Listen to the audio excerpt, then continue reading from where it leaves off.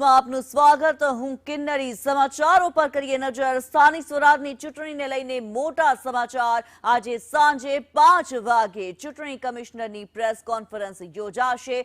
આજે જાહેર થશે ચૂંટણીની તારીખ। 15 મહાનગરપાલિકાઓ માટે ચૂંટણીની તારીખ જાહેર થશે। 95 નગરપાલિકાઓની ચૂંટણીની તારીખ જાહેર થશે। 34 જિલ્લા પંચાયત, 261 તાલુકા પંચાયતની ચૂંટણીની તારીખ જાહેર થવા જઈ રહી છે। આજે સાંજે 5 વાગે ચૂંટણીની તારીખ જાહેર થઈ શકે છે।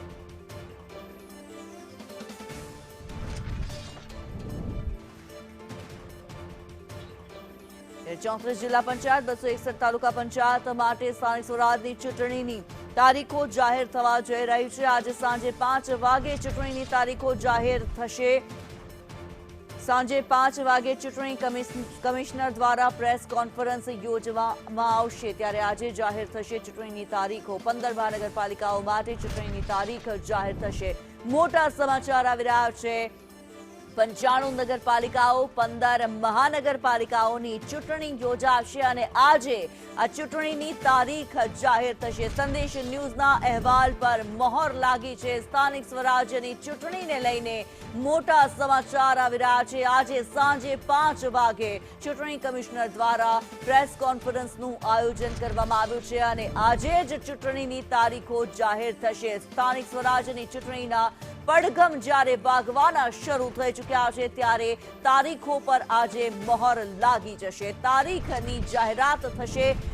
15 મહાનગરપાલિકાની ચૂંટણીની તારીખોની જાહેરાત થશે। 95 નગરપાલિકાઓની ચૂંટણીની તારીખોની જાહેરાત થશે। આજે સાંજે 5 વાગે ચૂંટણી કમિશનર દ્વારા પ્રેસ કોન્ફરન્સ યોજાશે।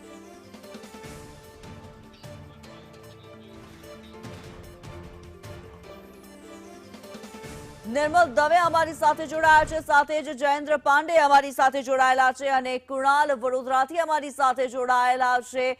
निर्मल, સૌથી પહેલા આપની પાસેથી જાણવા માંગીશું, આજે સાંજે સ્થાનિક સ્વરાજ્યની ચૂંટણીની તારીખો જાહેર થશે।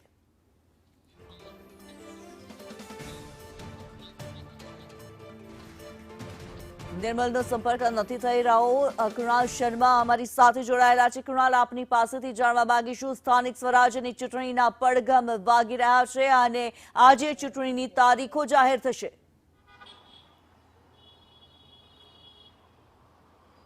છેલ્લા 15-20 દિવસથી જો આપણે માહોલ જોઈએ તો જે ભાજપ દ્વારા વિવિધ લોકાર્પણ કાર્યક્રમ, ખાતમુહૂર્ત કાર્યક્રમ કરવામાં આવી રહ્યા હતા।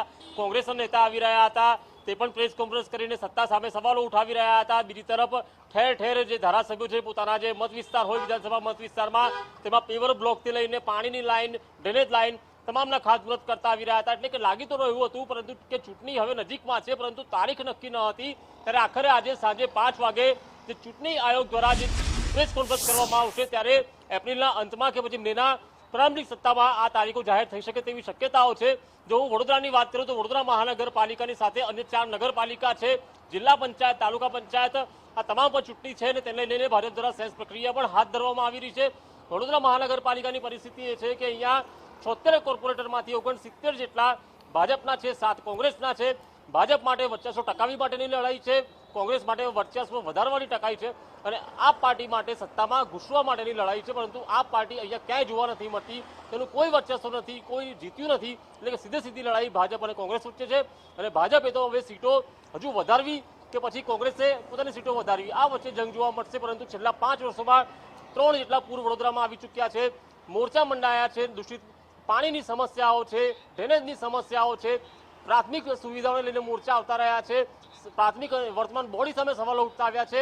ત્યારે હવે આ જે મતદારો છે કોના તરફ જશે તે તો પરિણામ બતાવશે। પરંતુ હાલ મતદારોની જે નારાજગી છે, નાગરિકોની નારાજગી છે તેને દૂર કરવાના પ્રયાસો કરવામાં આવી રહ્યા છે અને વચનો પણ આપવામાં આવશે।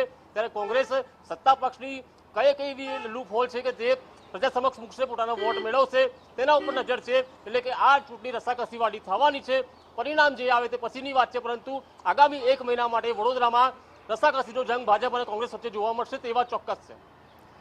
બિલકુલ કુણાલ, આપ અમારી સાથે જોડાયેલા રહેશો ત્યારે સ્થાનિક સ્વરાજ્યની ચૂંટણીને લઈને રસાકસી ભર્યો માહોલ જોવા મળી શકે છે તેવું જે પ્રમાણે વડોદરાની સ્થિતિ પ્રમાણે કહેવામાં આવ્યું છે. જયેન્દ્ર, આપની પાસે આવવા માંગીશ, સુરતમાં કેવી રાજકીય સ્થિતિ, કેવો રાજકીય ગરમાવો ચૂંટણીને લઈને?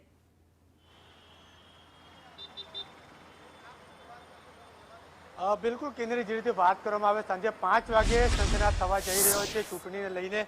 ત્યારે આ વખતે ચૂંટણીમાં ખાસ કરીને જંગ જોવા મળશે આમ આદમી પાર્ટી અને સુરતમાં. કારણ કે વર્ષ 2021ની વાત કરવામાં આવે ત્યારે વર્ષ 2021માં જે સ્થાનિક સ્વરાજ્યની ચૂંટણી હતી ત્યારે એમાં 120 વોટમાંથી 27 સીટ આમ આદમી પાર્ટી લઈ ચૂકી હતી અને 93 જે સીટ જે છે તે ભાજપ લઈ ચૂકી હતી. અને ત્યારબાદ ધીરે ધીરે જે છે કુલ 10 થી 15 જેટલા સીટ જે છે આમ આદમી પાર્ટી ભાજપમાં જોડાઈ હતી. એટલે આ વખતે જે ચૂંટણી છે રસપ્રદ રહેશે. કારણ કે આ વખતે ગત વર્ષ 2021ની ચૂંટણીમાં જે કોંગ્રેસે સફાયો થયો હતો અને આ વખતે કોંગ્રેસમાં પોતાની એડી ચોટીનું જોર લગાવી રહ્યું છે, પ્રેસ કોન્ફરન્સ કરી રહી છે. 2 દિવસ પહેલા પણ અનંત પટેલ જે સુરત ખાતે પધાર્યા હતા, તેમણે ભાજપના ભ્રષ્ટાચારની ચાર્જશીટ તૈયાર કરી હતી. તે મુદ્દાઓને લઈને તેઓ જે પ્રજા સમક્ષ જશે. અને મહત્વની બાબત એ પણ સામે આવી રહી છે ત્યારે આમ આદમી પાર્ટી પણ પોતાની સેન્સ લેવાની પ્રક્રિયા પણ પૂર્ણ કરી ચૂકી છે, પરંતુ હજી સુધી ઉમેદવારો બહાર નથી પાડ્યા. ત્યારે આજ રોજથી ભાજપે પણ પોતાની જે છે સેન્સ લેવાની પ્રક્રિયાની શરૂઆત કરી છે. એ પણ કહી શકાય છે કે 3 દિવસ સુધી ચાલશે અને આ વખતે જો કહી શકાય છે તો ભાજપ અને આમ આદમીની ટક્કર ફૂલ જોરદાર.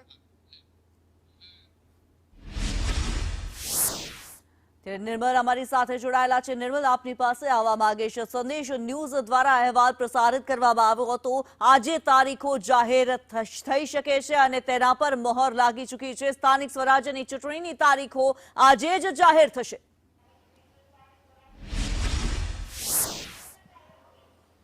બિલકુલ સાંજે 5 વાગે પત્રકાર પરિષદ કરવામાં આવશે. રાજ્ય ચૂંટણી આયોગ દ્વારા પત્રકાર પરિષદ કરવામાં આવશે અને રાજ્ય ચૂંટણી કમિશનર એસ મુરલીકૃષ્ણન છે તેઓ આ પત્રકાર પરિષદને સંબોધશે. પત્રકાર પરિષદમાં તેઓ ચૂંટણીની તારીખો જાહેર કરશે. સ્થાનિક સ્વરાજ્યની ચૂંટણી જ્યારે રાજ્યભરમાં યોજાઈ રહી છે, 15 મહાનગરપાલિકાની વાત કરવામાં આવે, 84 જેટલી નગરપાલિકા છે, સાથે 34 જિલ્લા પંચાયત અને બાકીની 260 જેટલી તાલુકા પંચાયત છે. આ તમામ જગ્યાઓ પર સ્થાનિક સ્વરાજ્યની ચૂંટણીનું જ્યારે આયોજન કરવામાં આવ્યું છે તેવા સંજોગોમાં કઈ તારીખે આ ચૂંટણી પ્રક્રિયા હાથ ધરવામાં આવશે તે અંતર્ગત પત્રકાર પરિષદને સંબોધન કરવામાં આવશે. જે રીતની માહિતી પ્રાપ્ત થઈ રહી હતી અને સંદેશ ન્યૂઝે આ અહેવાલ પણ પ્રસારિત કર્યો હતો, એ અહેવાલ પર અક્ષરશઃ મોહર વાગી છે. સાંજે 5 વાગે પત્રકાર પરિષદ કરવામાં આવશે. તમામ રોટેશન પ્રક્રિયા, અનામતને લગતી જે પ્રક્રિયા છે તે તમામ પ્રક્રિયાઓ પૂરી કરી દેવામાં આવી છે. રાજ્ય ચૂંટણી આયોગ દ્વારા પ્રાથમિક મતદાર યાદી 23 માર્ચના રોજ જાહેર કરવામાં આવી હતી અને આજે અંતિમ મતદાર યાદી જ્યારે હવે પ્રસિદ્ધ થવાની તૈયારીઓ છે ત્યારે અંતિમ મતદાર યાદી પ્રસિદ્ધ થયા બાદ તરત જ પત્રકાર પરિષદ કરી અને ચૂંટણીની જાહેરાતો કરવામાં આવશે. ટૂંકમાં આદર્શ આચાર સંહિતાનું પાલન આજથી જ લાગી જશે. સંભવતઃ 30 દિવસથી 45 દિવસ સુધીનો સમય હોય છે કે જેની અંદર પ્રક્રિયા પૂરી કરવાની હોય છે ચૂંટણીને લગતી. એટલે આમ માની શકાય કે એપ્રિલ માસના અંતમાં અથવા તો મે માસના પ્રથમ સપ્તાહની અંદર રાજ્યમાં પ્રથમ તબક્કાનું મતદાન સ્થાનિક સ્વરાજ્યની ચૂંટણી માટે યોજાઈ શકે છે. બિલકુલ નિર્મલ, આપ અમારી સાથે જોડાયેલા રહેશો. અમારી સાથે મયુર પણ જોડાયેલા છે રાજકોટથી. મયુર, આપની પાસે આવવા માંગીશ. રાજકોટની અંદર સ્થાનિક સ્વરાજ્યની ચૂંટણીનો ધમધમાટ કેવો છે?